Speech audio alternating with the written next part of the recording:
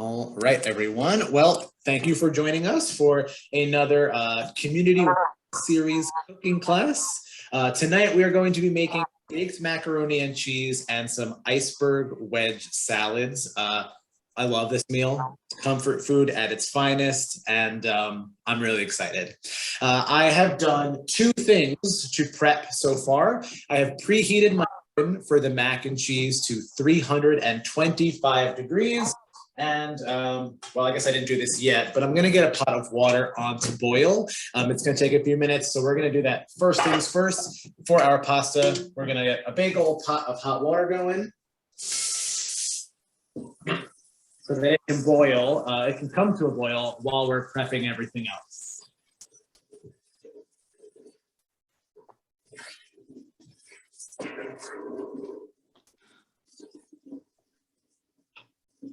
I have a joke. So I once told a joke about macaroni. It was pretty cheesy. That's a good one. All right.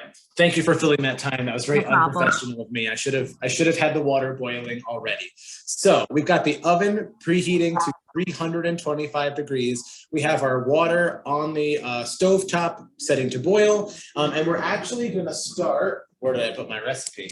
Here it is. We're going to start with our iceberg wedge salads partially because we need to prep this bad boy. So to make an iceberg wedge salad, we're going to start with a full head of iceberg lettuce. They come like this, usually wrapped up nice and easy.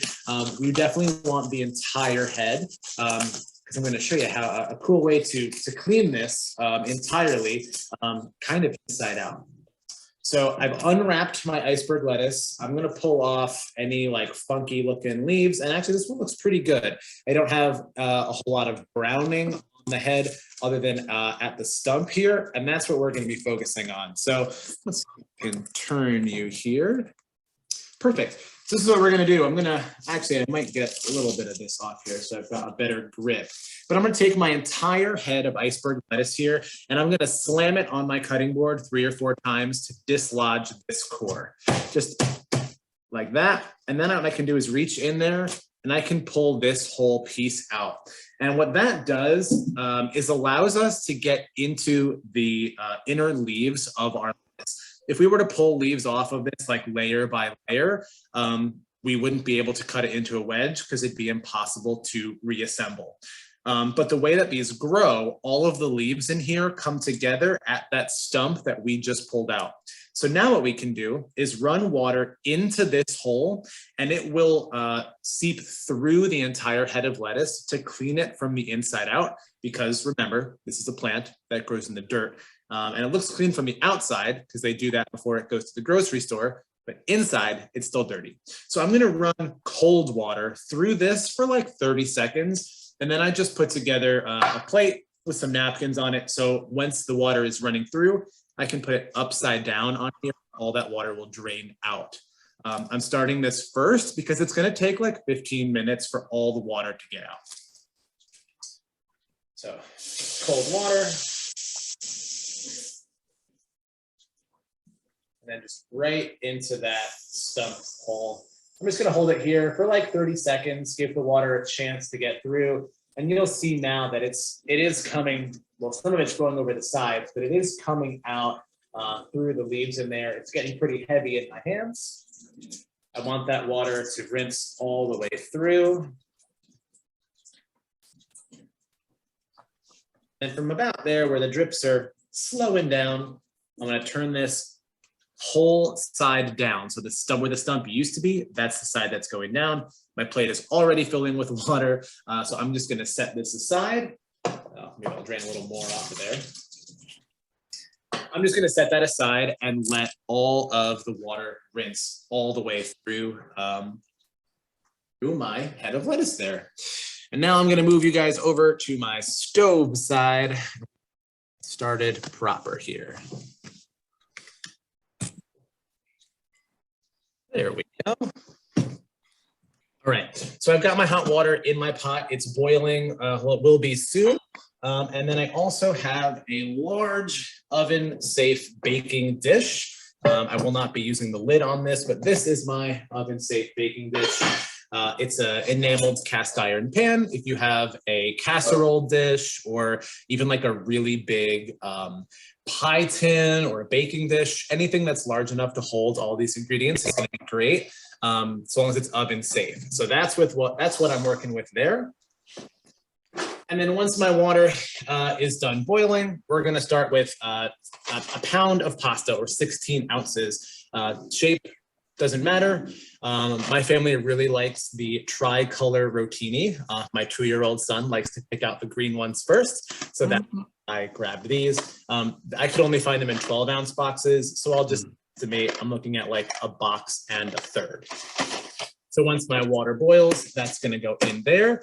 And one thing to point out here, normally when I make pasta, I wouldn't even read the instructions. I would just set the water, boil it, taste them every couple of minutes to see how tender they are. When you do macaroni and cheese, you want to pay attention to the directions on your pasta, because what we're aiming for here is a little less cooked than al dente. So on the side of your box, it should have directions for al dente. So on my box, it says 7 minutes. I want to pay close attention to that and cook it for 1 minute less. So I'm going to go for 6 minutes with these. The reason for that is if we cook our pasta to completion in the boiling water, when we put it in the oven, it's going to overcook the pasta and it will get like, not crumbly, but it will fall apart. So you make sure it's slightly undercooked. So when it does go in the oven to bake, the baking finishes the cooking process on the pasta. So for what I have, it's going to be 6 minutes. Your pasta may be different, especially because I've got the veggie pasta here. So from when my water starts to boil, I've got 6 minutes in there. I'm going to consult our recipe here so everyone is up to speed here. Preheated the oven to 325 degrees. We've got our baking dish, which I'm going to grease in a moment, and then we'll set that aside. And we're going to get a second pot of boiling water going too. So I'm going to grease my pan, get a second pot of water going, and maybe Rena can tell us some more jokes. Sure, let me look. Not to throw you under the bus there. Oh, no, that's fine. Why did the macaroni leave the party? It was pasta his bedtime. Oh, that's a good one. I like that. There's a lot of good macaroni ones. This one's a little sad, but what happened to Macaroni's wife? She pasta away. Oh, dear. Come on, Nicole, help me out here. You have jokes too, I know. I'd have to look them up. I heard a farm joke, but it's kind of corny. That's a good one. We don't want to get Fred going. No. We really don't. I have a medical condition where I'm allergic to only one type of pasta. It's called macaroni and sneeze. Oh. All right, I'm going to cut you off there. That's enough. Please put me out of my misery here. All right, so I reconsulted the recipe here and I was mistaken. I was referring to the same pot of boiling water twice. So we only need the one there. While waiting for that to boil, I greased my pan like you saw. I chose to do it with olive oil and my silicone baking brush. But if you've got a spray or if you want to use butter, however you prefer to grease your pan, entirely up to you. And while we're waiting for that water to boil, now is a really great time to talk about cheese, the bread and butter, if you will, of this meal. The recipe we're using calls for 16 ounces of medium sharp cheddar, and then 8 ounces of whatever other cheese you would like. So I've got 2 8-ounce blocks here of mild cheddar. And the reason for the mild is that it's going to melt easier. You'll find that the mild cheddar is a much softer cheese. It's has a higher water content, and sharp cheddar is going to get really crumbly. It will still melt, but it requires a higher temperature to melt to the consistency that we're looking for. So mild cheddar is the way to go, even if you're like me and prefer sharp cheddar. And then I chose Colby Jack as my second cheese here. It has a similar water content to the mild cheddar, so I'm hoping that it will melt the same way and we'll get that great consistency all the way through. I'm gonna grate these. I'm gonna do it the old fashioned way with a box grater, and I'm just gonna set that aside there. And again, I think so long as the amount of cheese that you're putting in here is the same, you could really go with whatever type of cheese you wanted. So thinking about 8-ounce blocks, you could go with 3 different kinds of cheese, whatever you and your family prefer. And from the sounds of things, almost. My water is almost boiling, so I'm just gonna cut these open. And then if this wasn't a live cooking show, I'd fast forward through the cheese grating part here, but let's go for it. My box grater has the big one, the big grates and the little ones. I'm gonna go with the big ones just for time. It'll be a little faster than trying to force it into the smaller ones there. And I'm gonna grate all of this cheese into my bowl there. And I may have to pause in a second because it sounds like that water is boiling. You should do it on it. I like your food science lesson there too with the cheese and the water. Yeah, Not water know that content. stuff. Yeah. Yeah, that's pretty important with cheese. Only when it comes to melting, I think. The rest of the time, it's really just a matter of your preference. But that water content is really going to affect how melty a cheese gets. So, and that's a big part of the reason why you very seldom if ever see certain types of cheeses used in macaroni and cheese. Like for example, a Swiss, I can't recall ever seeing a Swiss cheese macaroni and cheese. Just has to do with the way it melts.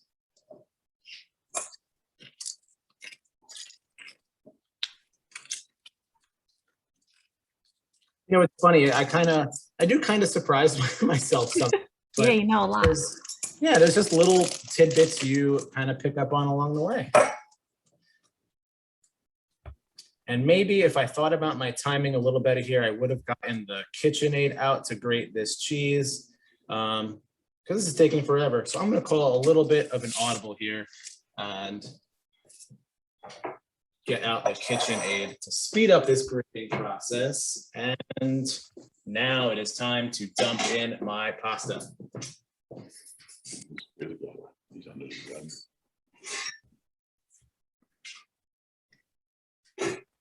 All right, so not science this time, but let's do a little gadget review here.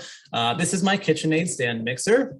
I use it for a lot of things because KitchenAid is super great about all of the attachments that they have for this mixer. So it's not just for mixing things.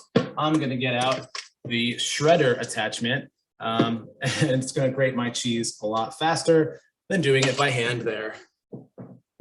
Ooh, fancy.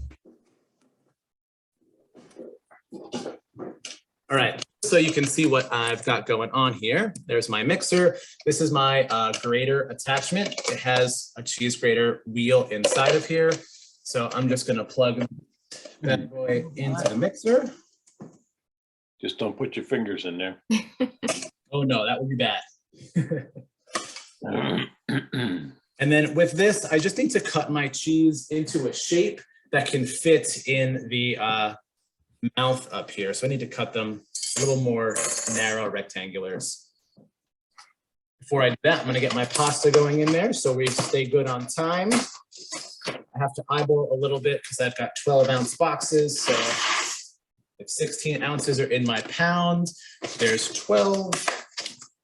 4 more ounces is a third of this box. I'm just gonna eyeball. It doesn't really matter. I could even dump the whole thing in, but then it wouldn't be quite as cheesy.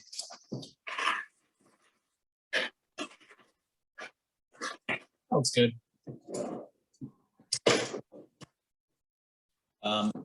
Totally a matter of preference, but anytime I boil pasta, I like to just dash a little bit of olive oil in there. It's not really going to affect the taste, but as it's boiling, it's going to keep that pasta from sticking together. So I don't know, just a tablespoon or 2, give it a mix and we'll let it do its thing. I'm setting a timer for 6 minutes, but I'm not going to push start on it until the water returns to a boil. Putting the pasta in there cold has the water temperature and it's stopped boiling. So once it boils again, I'll hit it for 6 minutes. And in the meantime, we'll grate some cheese. I like that.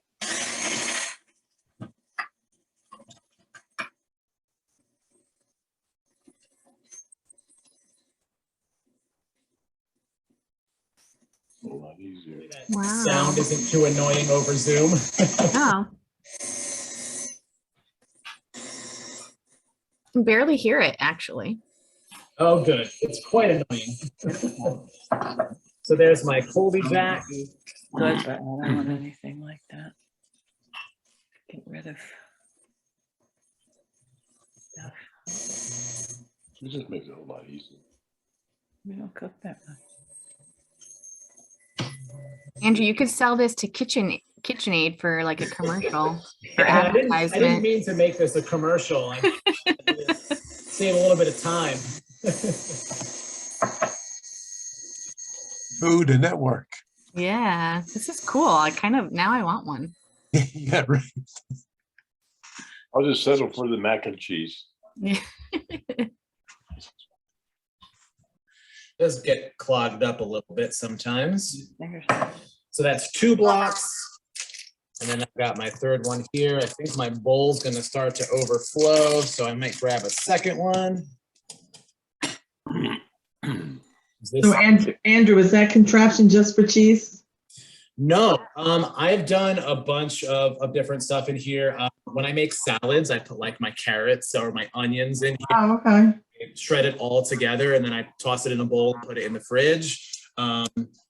So this attachment is really a jack of all trades. And there's, I have that mixer, so I could buy one of them. That's kind of cool. yeah, and it comes with 3 attachments: the larger grater, the smaller grater, and a slicer. Oh, okay. Pretty versatile. Yeah.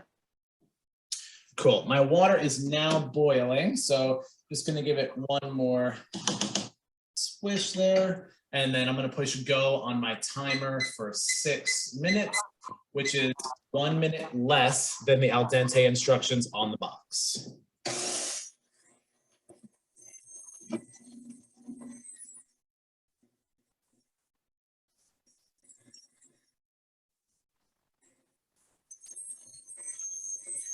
Ooh, that's a nice job. yeah.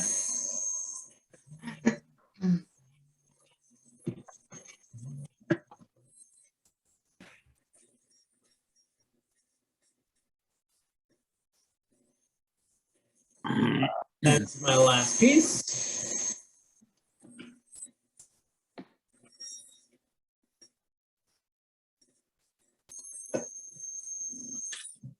And there we go. My favorite part of this attachment here is that inevitably at the end, when you pull this out, you get like a big chunk of cheese that doesn't shred all the way, and you can eat it. So I'm just going to clear this extra cheese out of here and set it aside. And let's clear this whole thing out of the way, so we've got more room to work.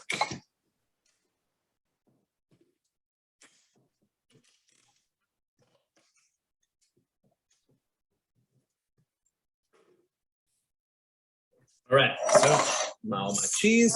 Salting recipe again. So step 2, we brought our salted water to a boil. 3, while water is coming to a boil, grate the cheese, toss it together and mix. I'll do that in a moment there. And then divide it into 3 piles. So that's important because the cheese is going to go in different steps. So a third, so into 3 piles. We need approximately 3 cups for the sauce, and then 1.5 cups for the inner layer of cheese, and then 1.5 cups for the top layer of cheese. So if you divide it into 4 equal parts and then combine 2 of those equal parts, you'll have about what you need there. Okay, my pasta is boiling.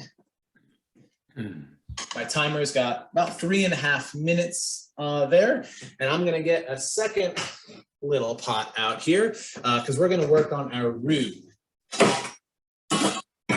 I'll change camera angle so you can see my little pot hiding my big one there. Essentially what we're gonna do now is work on our roux, which is a fancy way of saying cheese sauce. Reading off the directions here, it says we're gonna melt butter in a large saucepan over medium heat, sprinkle in our flour and whisk it to combine. Recipe calls for, what is it? It's half a cup of unsalted butter, so 1 stick, and half a cup of all-purpose flour. So we're gonna melt the ham, whisk it all together, and that's gonna be the base for our cheese sauce. Mixture is gonna look sandy, it's gonna look wet. We're gonna cook that for approximately about a minute, and then we're gonna pour in 2 cups of the milk / half and half while whisking until it's smooth, and then combine. Cool, so let's do that. I've got my saucepan here. I'm gonna measure first, and then we'll get it over some heats. Half a cup of unsalted butter. You could use salted, but I think the recipe here is trying to keep the sodium content down. So half a cup of butter right in there. I've got my 1 stick. flour there, and we're gonna go with a half cup of that as well.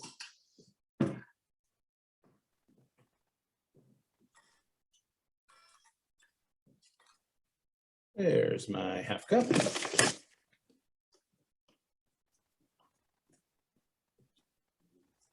If he uses a Move across the top, drop it in there.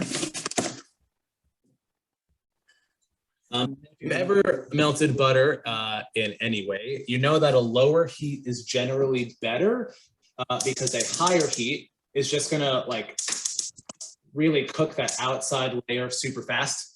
And still leave it kind of hard inside the butter, and we don't want to burn it. So I'm going to use the back burner here. It's a little smaller than my front burner. I've got it set right about medium, and then we're going to drop that right on top. And we need to keep a really close eye on that because the flour is still dry, and we really want it to be in that melted butter so the flour isn't just burning on the pan. So that butter is going to melt super quick. It's all so we'll give that a moment there. I might turn the heat up slightly, and I'll be sure to give you a peek at what that looks like once the butter is melted and all mixed in there. My timer's got 40 seconds on it for my pasta. I might sneak one out here and just see if it's at the consistency I want. It was in there a while before he started the time. Let's see what he says. Perfect. So I'm actually going to stop it right there, and I'm going to get my pasta drained.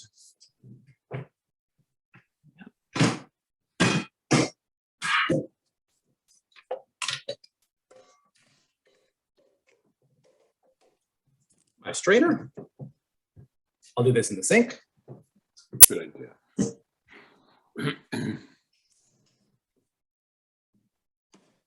Wait. Get white holders, that would be good.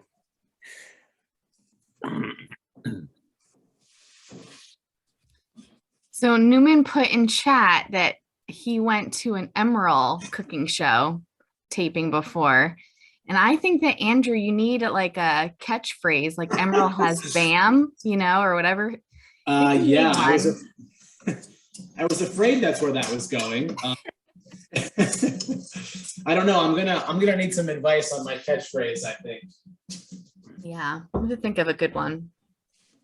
Make it official. Yeah. All right. So I've drained my pasta. It's in the strainer in the sink. Just sit in there. Let's see. Let's switch burners up here so you can see what's going on with my butter.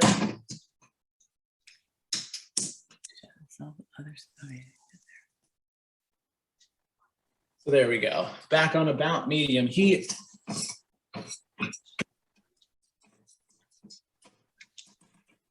See, it's getting stuck in my whisk a little bit. That butter is not quite fully melted yet. Give you a peek in just a moment. And like the recipe said, the word the recipe used there was sandy. So it kind of looks like, I don't know, boring cookie dough. Almost to the point where I want to show you guys what it looks like. All right. Actually, you know, it kind of looks like caramel, like kind of caramelly. You can see it on the camera, but there's definitely like a sandy sort of consistency to it because that flour is in there. So we're just gonna stir this up a little bit more here, and then I want to get the ingredients put in. Didn't have something laying on the burner. From this point on, so the consistency that I just saw it at, recipe wants us to cook it for another minute. You probably don't need to go that long, just so long as the butter is all the way melted. There's no chunks floating around in there. And your flour seems pretty well incorporated. Recipe calls for cup and a half of whole milk and 2.5 cups of half and half. The recipe step here says slowly pour in about 2 cups or so of the milk and half, whisking the entire time. I'm actually going to take my pot off of the heat while I grab the milk in the half and half because I don't want it to burn on the burner there. Turn the burner off. Measuring cup. Wow. My half and half. And my milk.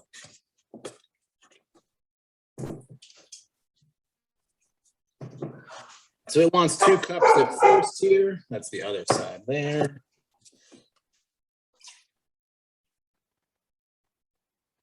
So there is a cup of half and half. We'll do a 2nd cup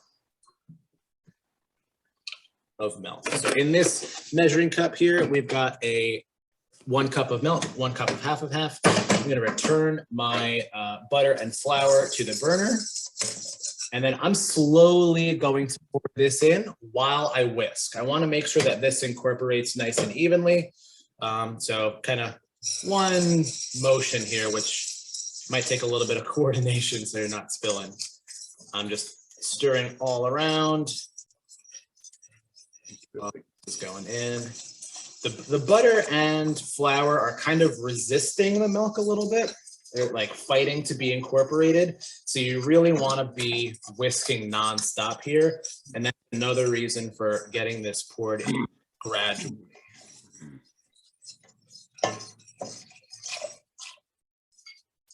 That should do it. Yeah, now it's nice and loosened up in there.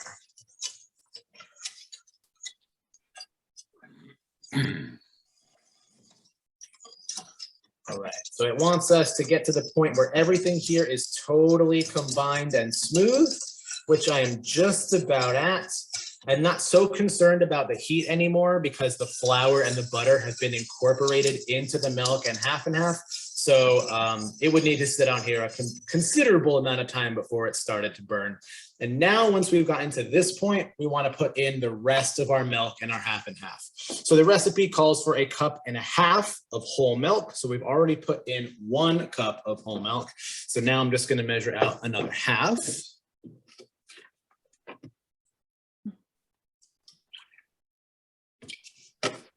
And it calls in total for 2.5 cups of half and half. We've already put in 1. I need 1.5 cups, half and half here, which will get me up to 2 cups. Kick that box there.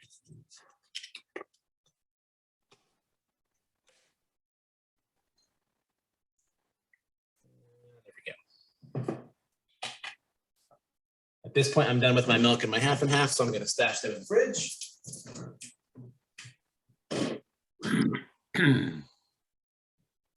This is why I need a sous chef to put stuff away for me. And then again, not so worried about it burning, so I'm just going to pour the rest of that in there. It is still on my heat. Now I'm just going to whisk through here.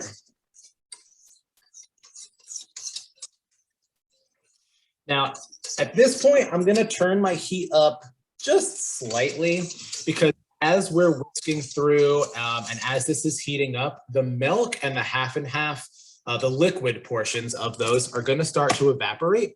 And what's going to be left in here is a sauce that is thickened. The water evaporates, it leaves behind most of the fat content that is in there. And we want it to be not so liquidy.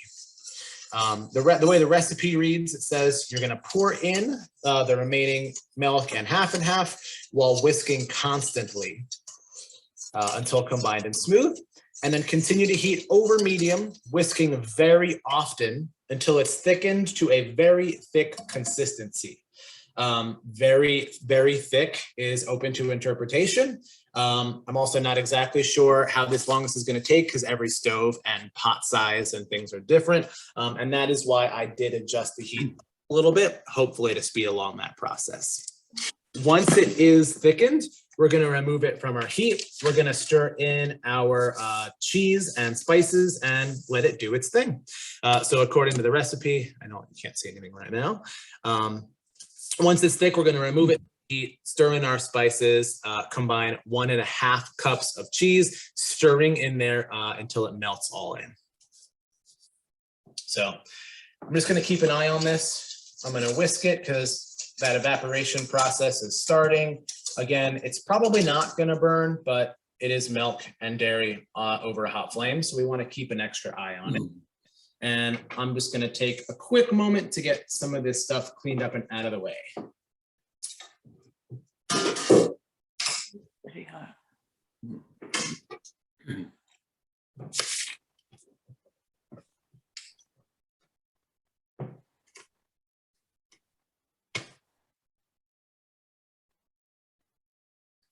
All right. So earlier I mentioned that we want to get our cheese separated into 3 piles. We're going to do it into 3 equal parts, then take 4 equal parts. So 4 equal sized piles of cheese that should get us at about 1.5 cups ish per pile, taking 2 of those piles and combining them. And this is the part that double pile is going to go in here into our roux once it's thickened up a little bit. So I'm going to another bowl here so I can set my cheese up the way I need it.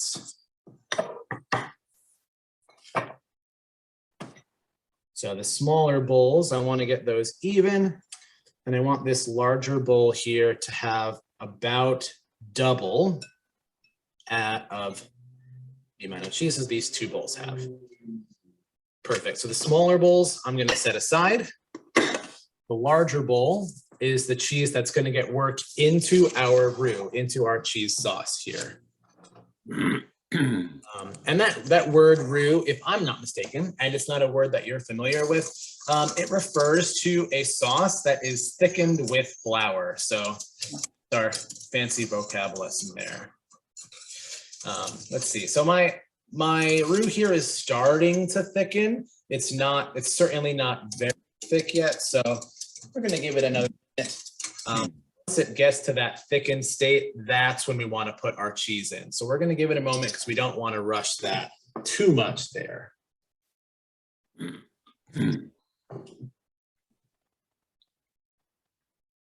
All right. So once that is thickened, I'm going to keep whisking it every so often.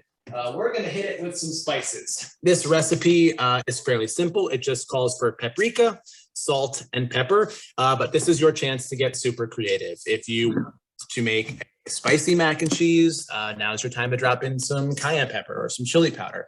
If you wanted to go a little more like a fuller, well-rounded taste, I don't think like dropping some oregano or some basil or parsley, some herbs of some kind in there, I think would give it a nice fuller, rounder taste. Tonight, I think we're just going to stick to the recipe. So paprika, salt, and pepper. And we're going to incorporate these spices in the same time that we incorporate that double measure of cheese there. So just put those aside and get those ready. I want to show you this, but I don't think it's going to come across on the camera very well, but I'll try. If you can see that, which you probably, maybe you can, the edges of my roux are starting to bubble, and it's almost like the consistency of weak pancake batter, like watery pancake batter. So we're off to a good start here. And from this point is the point where you really want to make sure that you're whisking often, because you want this to be cooking evenly all the way through. My pot is small and kind of narrow. We don't want the bottom or the edges to cook before the center or the top. So that's why that stirring is really important. And you can it's sticking to my whisk a little more. And there's definitely some resistance as I'm stirring here. I'm gonna guess we're somewhere between halfway and 2/3 of the way here in terms of consistency. Yeah, it's getting even thicker there. And from this point, it's gonna happen a lot faster. Now that the liquid is really got that consistent temperature all the way through, another reason for whisking, gonna go pretty quickly, and it's gonna thicken up there. So I'm gonna guess 1 more minute here. I'm not boring you guys, am I? No, That's Fred. that's just me. Just Fred, right? Yeah, yeah. I had an 11-hour drive on Monday. Oh, Cool. that's Well, a that'll lot. do it. This is very relaxing to me to watch somebody work with food like this. Oh, nice. Yeah, somebody else cooking, right? Yeah, really. It sounds like a good idea. Yeah, everybody come on over in about 20 minutes. This will be ready and we'll be good to Ready. go. Yeah. So I'm pretty much at the consistency I want. When I hold up, it's sticking to my whisk a lot more. Probably gonna give it just another 30 seconds. And then from this point, once it's a thickness I want, I'm gonna cut the heat and stir in my spices and my cheese.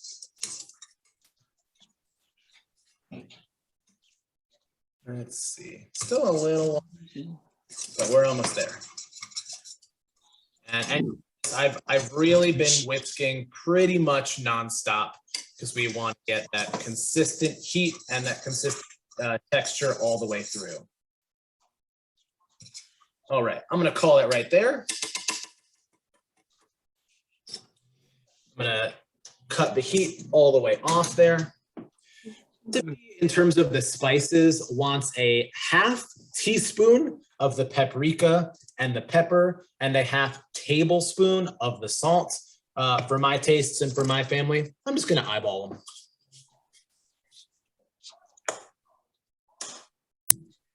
Little extra paprika never hurt anybody. I'm gonna match that with my pepper grinder.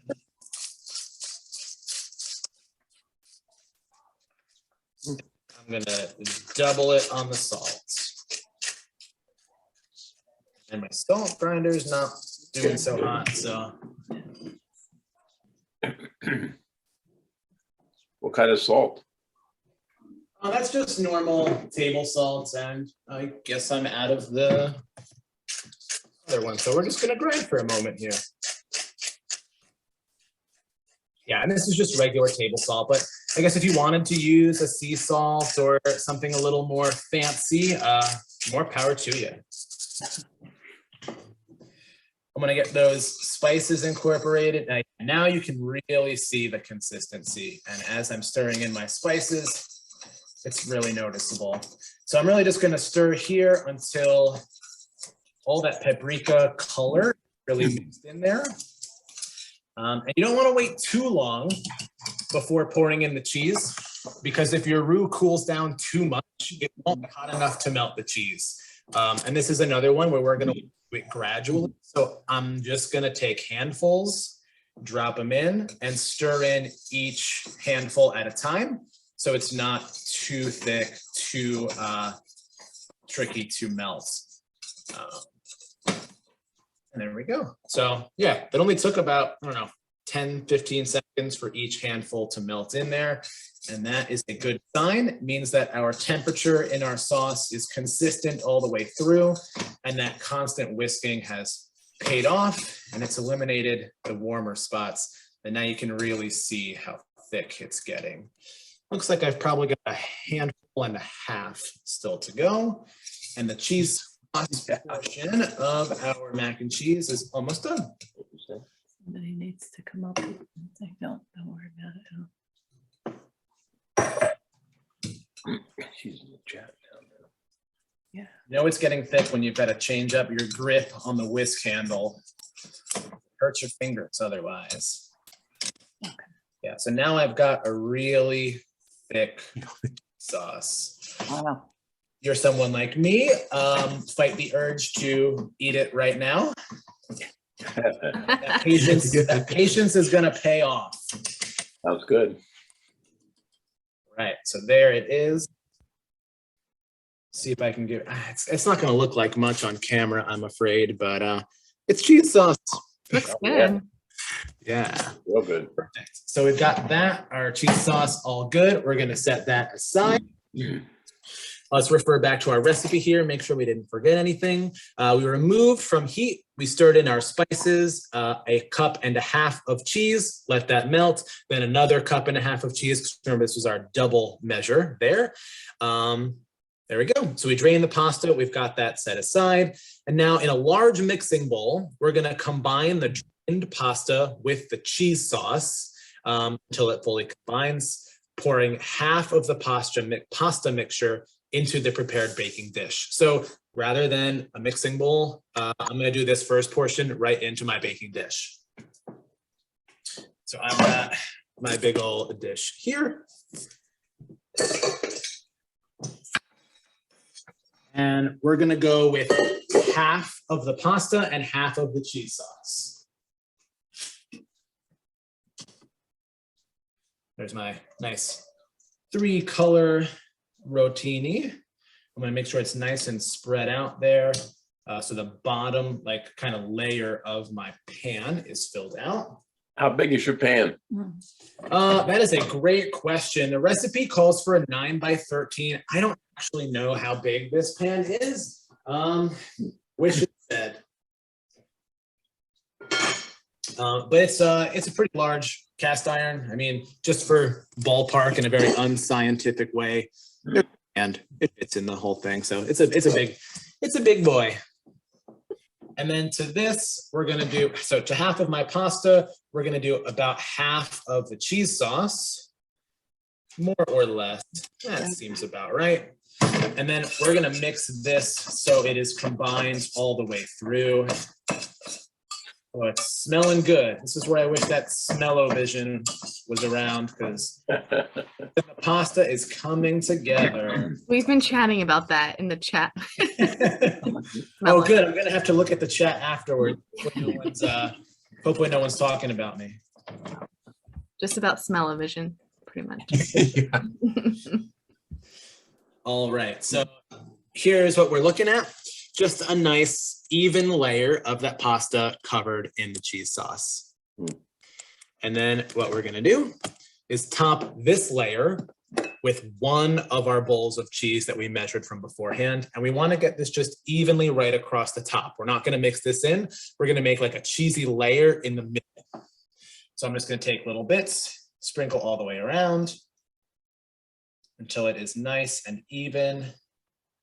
If you were making a smaller portion, you could stop here. Just put some cheese on top, put it in the oven kind of as is, but we're going all in here, so. Go big or go home. Exactly, and I'm already home, so I have to go big by there is my first layer, and then I'm saving myself one more bowl to wash, so I combined the first half in my oven safe dish. I'm gonna combine the second half in my roux pot. Oh, Ooh, okay. good idea. Isn't there supposed to be a tasting to make sure it's okay? Oh, the taste test? Yeah, that was an important step I missed, yeah. There you go. So I'm gonna get this all mixed and incorporated in here just for the first time, really making sure that I'm not wasting any of that cheese sauce. I want all of it to come with us here. And then this is gonna be tricky. It might upset your first layer, but I'm gonna do my best to spread this out evenly across the top while keeping this even layer of cheese in there.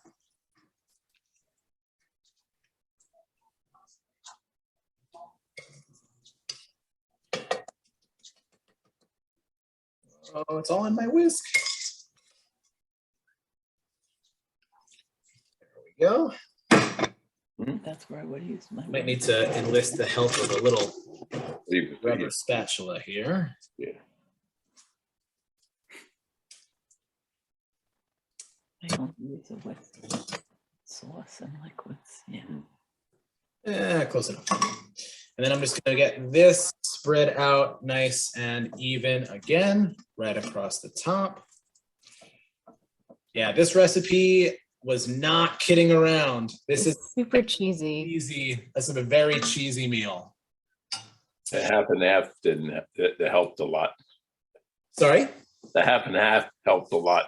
Oh yeah, absolutely, absolutely. So once I've got this even layer here, I've got my last portion of cheese. I'm gonna go ahead and make an even layer across the top. This layer is even more important than that middle layer because baking it in the oven, this layer is gonna get nice and bubbly and when you cook it for nice and crispy. So I'm gonna pay a little extra care to making sure that my layer is nice and even. If I've got any black spots, I'm gonna try and focus on that. And one of my pet peeves when it comes to pizza is that I feel like pizza makers, like, why does pizza have crust? Just put cheese all the way to the end. I'm making sure that even the edges here have a nice layer of cheese, so no one's getting a serving that's more or less cheesy, unless that's your preference. So there we go. Clear these bowls out of the way.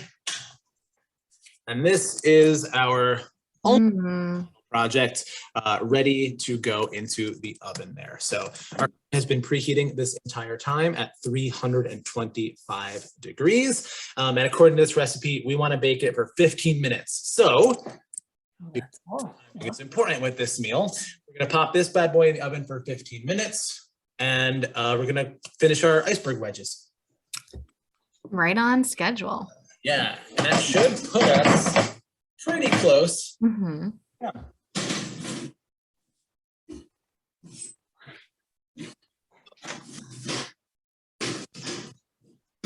There we go. So I went with the center rack, nice and central in the oven. Depending on how your oven is built, top rack or bottom rack may get you a crispier cheese on top, but I just want, a nice full melt. So 15 minutes on my timer, 25 degrees. I'm going to move you guys to my counter and we're going to finish our salads. All right. So I cleared a whole bunch of space on that counter, but now I'm really crowded over here. Sorry for the close-up of my beard there. All right, so now at this point, my lettuce is, perfect. All drained out. I'm gonna give it a nice extra shake there, but that's about what we're looking at. And now we can do some plating with our salads.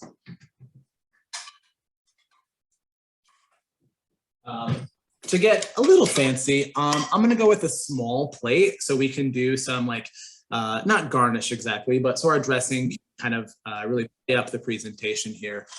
I've got two, and we'll make 2 iceberg wedges. Once I can find my knife. All right, so 1 head of iceberg lettuce will yield 4 wedges because you're looking for about a 4th here. So trying to keep things nice and central, also nice and contained because this might fall apart on us. I'm gonna go once, right down the middle, quarter turn, and once again, right down. So now I've got 4 even points. I'm gonna try my best to not let them fall. I wanna put them on my plate, round side down, so that edge is up there. I'm gonna pick, this is the prettiest. So we're gonna go with that one for our presentation there. And then I'm just gonna set the rest of these to the side. And then again, this is another part of the recipe where your creativity, your personal tastes come into play because you can really top this iceberg wedge with whatever you want. In my experience, iceberg wedge salads are really popular at steakhouses. So I feel like generally they go with a blue cheese dressing, but it's really up to you. A creamy dressing is probably going to be better for this type of salad since you don't really have a way to toss it or mix it in. So if you wanted to do an oil and vinegar or a dressing that's a little runnier, it might get kind of messy. Whereas a fuller body creamy dressing like a ranch is going to do a little bit better here. So I'm going to set this off to the side. And this recipe, we're just going to do cherry tomatoes and bacon, because who doesn't love bacon? And then again here, I'm going to pull out, I don't know, 6 of these maybe. And I'm going to cut them either into halves or quarters, kind of whatever your preference is. I'm going to go with halves there. And this is really all about presentation and up to you how you'd like it to go. So I'm cutting mine in half, and I think I'm just going to go with like off to one side there.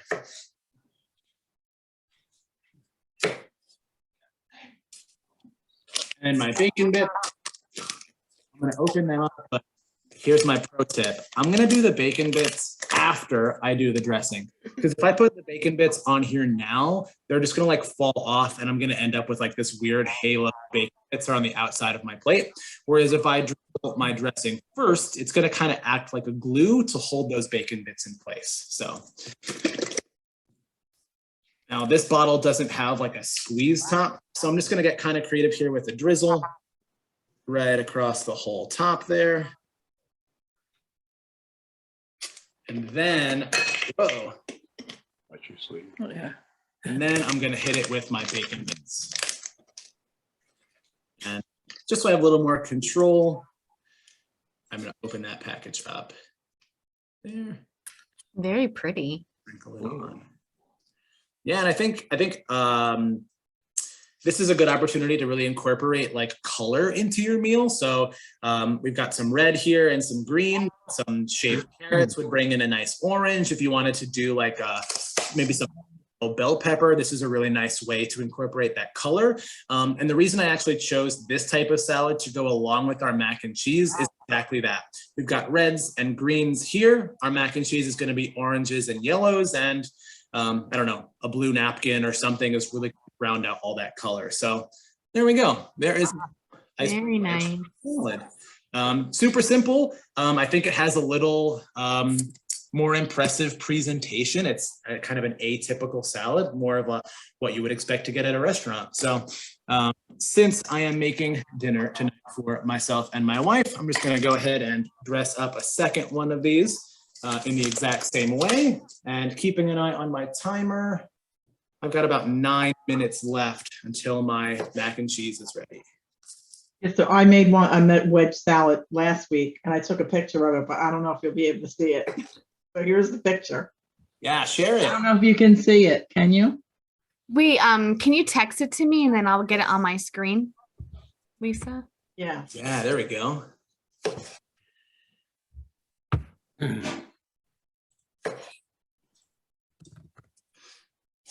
All right, so handful of cherry tomatoes off to the side.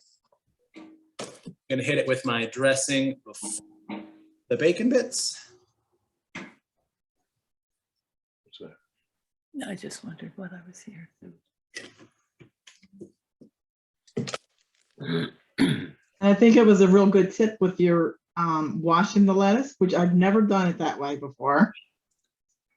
Yeah, And sometimes you might not need to, but I mean, the last thing I would want to do, especially if like if you're having guests over, is cut into your lettuce and then find out there's like, I don't know, dirt or like another leaf or like something going on inside there. So an extra precaution for everyone's health and safety.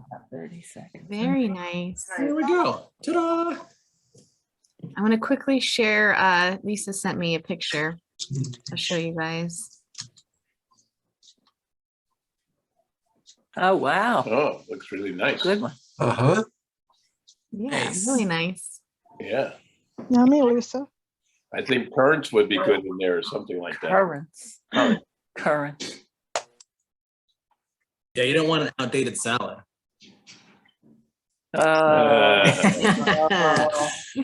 All right, so I think time is not quite going to be in our favor. My timer has 7.5 minutes on it, and we are just about at 7 o'clock here. So I'll give you a sneak peek of what we're working on in the oven right now before we say goodbye. And then in about 5 minutes after that, it'll be good to go.